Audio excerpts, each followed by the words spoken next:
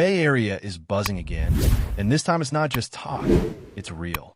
We've got ourselves a legit reunion on the horizon with Gary Payton and Payton and Melton both returning to the Golden State Warriors, and it could not come at a better moment. On top of that, the Warriors just wrapped up NBA Media Day, and the energy around this team feels completely different from what we've seen over the last couple of seasons. There's a vibe building, and if you're a Warriors fan, you're probably already feeling it. First off, the signings. 3 major moves made official in one day, with a fourth happening quietly into the night. Payton, Melton, and the veteran Al Horford are now confirmed Warriors for the upcoming season. And then there's Alex Tay, the number 52 pick in this year's draft, signed on a 2-way deal.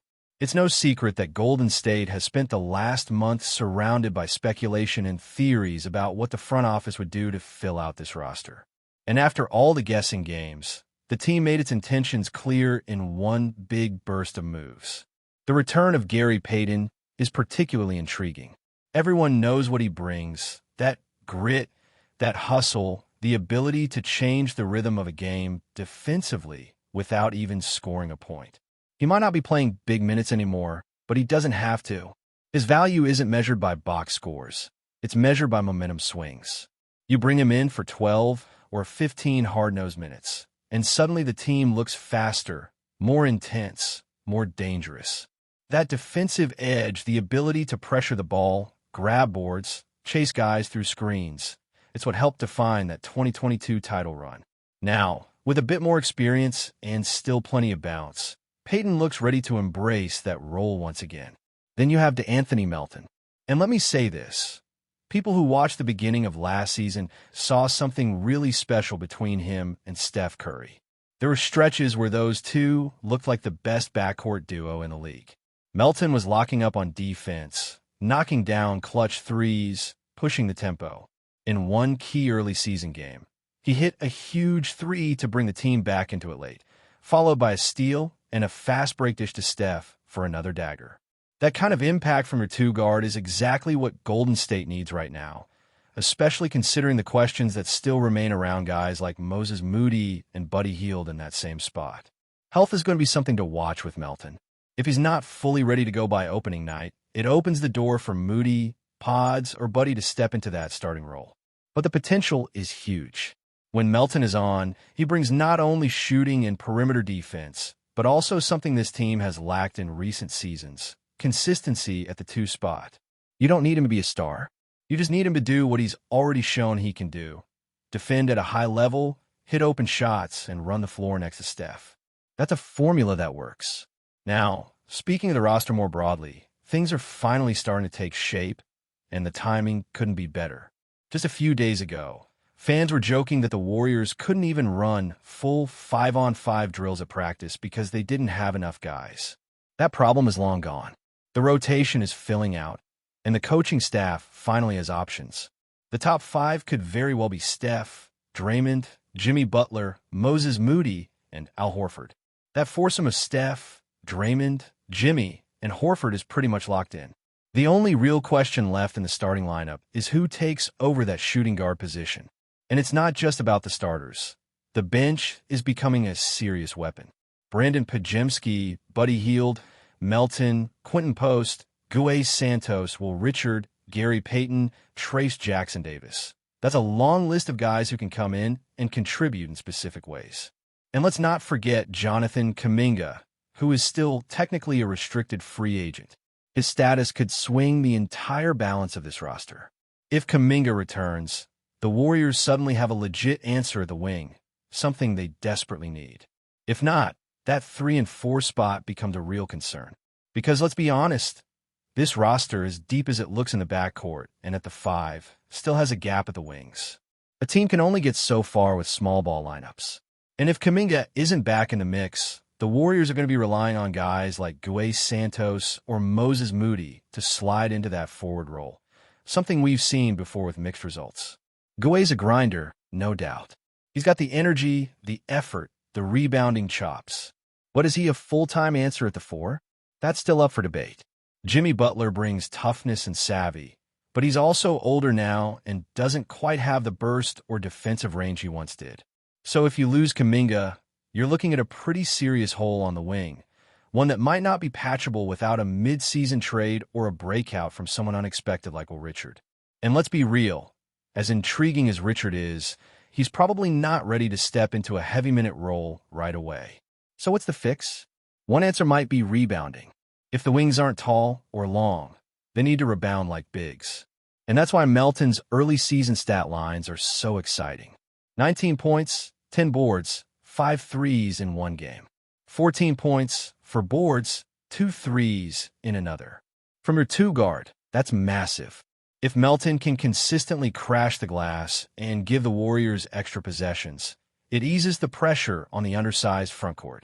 Combine that with Gary Payton's nose for offensive boards and hustle plays, and maybe, just maybe, the size disadvantage can be managed. But the margin is thin. Once Draymond and Horford sit, who defends inside? Who boxes out? Who keeps wings from cutting into the lane at will? That's the question that's going to hang over this team in the early months. Because make no mistake, the West is loaded. The Lakers have size. The Clippers have wings. The Suns can score at will. Golden State is betting on shooting, chemistry, and defense to carry them through. And while that formula has worked before, it only works when the parts fit just right. Still, there's a reason to be optimistic. This might be the most fun bench unit the Warriors have had since that 2018 squad. If Seth Curry and Kaminga come back, you've got depth, youth, and shooting. The names might not jump off the page to casual fans, but to people who watch closely, it's clear there's talent here. The pieces are starting to come together, and there's enough firepower to hang with anyone if the chemistry clicks. And hey, let's not overlook the Al Horford signing. A few months ago, the idea of Horford in a Warriors jersey would have sounded like fantasy talk. But here we are. The reports were true. The fit is real, and Horford's going to have a major role. You know exactly what you're getting with Al: poise, smart positioning, rebounding, and floor spacing. He won't play 30 minutes a night, but in 20 minutes, he'll do everything Steve Kerr needs from a veteran big. He opens up the floor for Steph, gives Draymond some much-needed help inside, and provides a stabilizing voice in the locker room. That's the beauty of this off-season. It hasn't been flashy, but it's been smart. It's been calculated. And most importantly, it's addressed the core needs that this team had going into the summer: depth, defense, and veteran leadership. There's still time to make a move or two, especially if Kaminga doesn't return. But as it stands, the Warriors have laid the foundation for something that could be very special and very dangerous if things click the right way. With the roster taking shape and the first wave of signings locked in, the buzz around the Warriors has completely shifted from concern to curiosity, and now, for many, genuine excitement. But as Media Day unfolded and players took the stage, there was one thing that stood out above everything else. This is not a rebuild. This is not a team looking to figure things out 2 or 3 years down the line. This is a group built to compete right now. And even with questions about the wing depth or Kaminga's return, the tone around the organization feels confident. They know they've added smart pieces. They know what they've got in Steph, Draymond, and Jimmy. And they believe this mix of veterans and hungry young talent can make noise in a very crowded Western Conference. Watching Media Day interviews and listening to how the players are talking about this season, it's clear that the expectations internally are as high as ever. Steph sounds as locked in as he's been in years. Draymond, after a rocky stretch last season with suspensions and chemistry issues, is back in full leadership mode. And Jimmy Butler, even at this stage of his career, is bringing a mentality that reminds you why he's still one of the most feared competitors in the league. There's no sense of taking it slow. These guys are ready to win, and that urgency is already being passed down to the younger players in camp. That brings us back to the bench unit, the group that might end up defining this team's ceiling. Because as strong as the starting 5 may be on paper, the reality is that with a core that includes Steph, Draymond, Jimmy, and Horford, all over 34, the bench is going to have to do more than just survive minutes. They're going to need to win games. They're going to need to bring energy, stretch the floor, and defend in transition. And the front office knows that. That's why they didn't just go after names this offseason. They went after fits. Guys like Payton Melton and Gary Payton aren't stars, but they fit the Warriors' identity. They hustle. They switch. They don't need the ball in their hands to make an impact. You can already imagine what some of these second-unit lineups might look like. Imagine Steph getting a breather while a unit featuring Melton, Moody, Payton, and Quinton Post holds the line. That group isn't going to run opponents off the floor with scoring, but they're going to make you work for everything. They'll scrap, defend, and wear teams down. And with guys like Pods and Buddy Hield coming off the bench as well, there's more shooting in this group than we've seen in years. That's going to open up so many more options for Kerr's system. Off-ball movement, back cuts, screen-heavy possessions where everyone on the floor is a threat to shoot. But what really gets people talking is the X-factor element, the idea that one or two of these young guys could take a big leap. Brandon Pajemski, for example, showed flashes last season of being a high IQ guard with a sneaky ability to rebound and shoot. If he continues to improve on defense and can keep his shooting percentage steady, he could quietly carve out a significant role. Moses Moody, on the other hand, has had moments where he looks like he's ready to explode.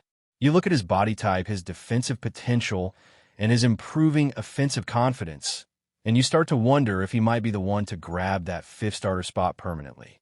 Buddy Hield is the more experienced option and gives you that dead-eye shooting, but if Moody can hit shots and defend better, Kerr might go with the younger legs. And then there's the wild card, Jonathan Kaminga. His restricted free agency status is still unresolved, and that's a shadow that hangs over the roster. If he returns, the Warriors suddenly have a legitimate answer at the 3-4 combo spot. Someone who can switch, run the floor, defend wings, rebound, and finish in transition. He's been inconsistent, sure, but his upside is unlike anything else on the roster. If he's gone, it's hard to see anyone fully filling that void. Goe Santos is intriguing and has made huge strides in his development, but he's not Kaminga. Well, Richard might surprise people with his effort and versatility, but he's likely not ready to take over in a starting caliber role.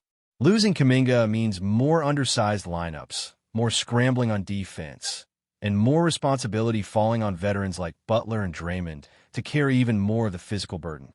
This is where Al Horford's presence becomes even more important.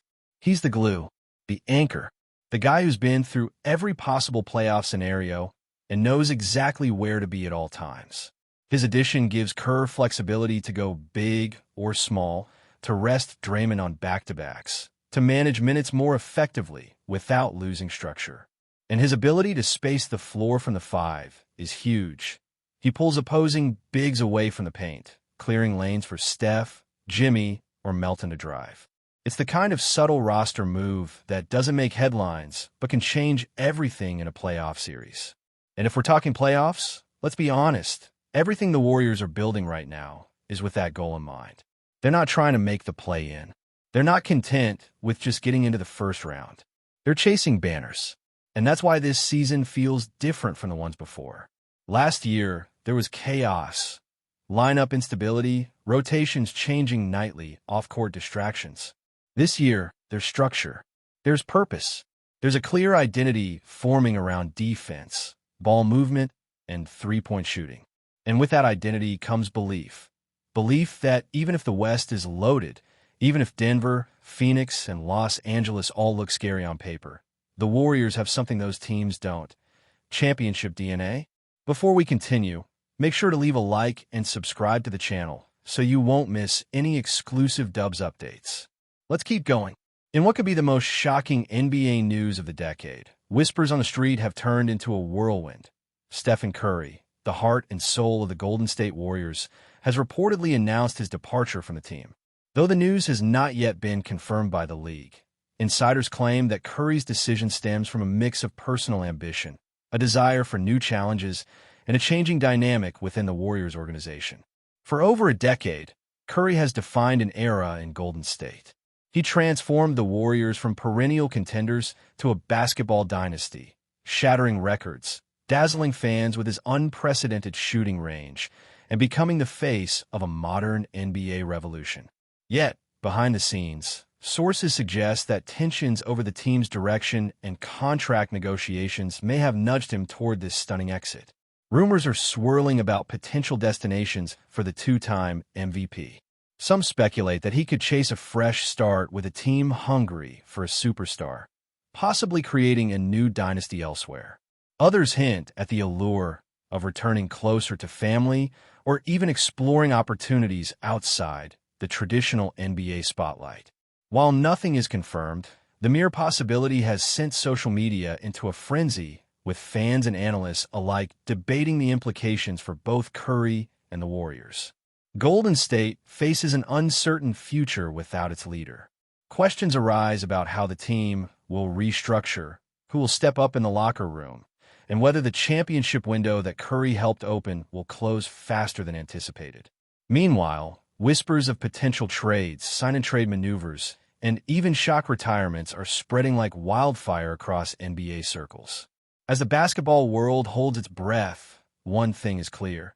If Curry truly leaves, it won't just be a roster change. It will be the end of an era. The NBA landscape could shift overnight, and every team will be recalculating their strategies. Until the official word lands, fans are left in suspense, imagining a league without one of its most electrifying stars calling the shots on the court. Stay updated exclusively with the latest Dub Nation news.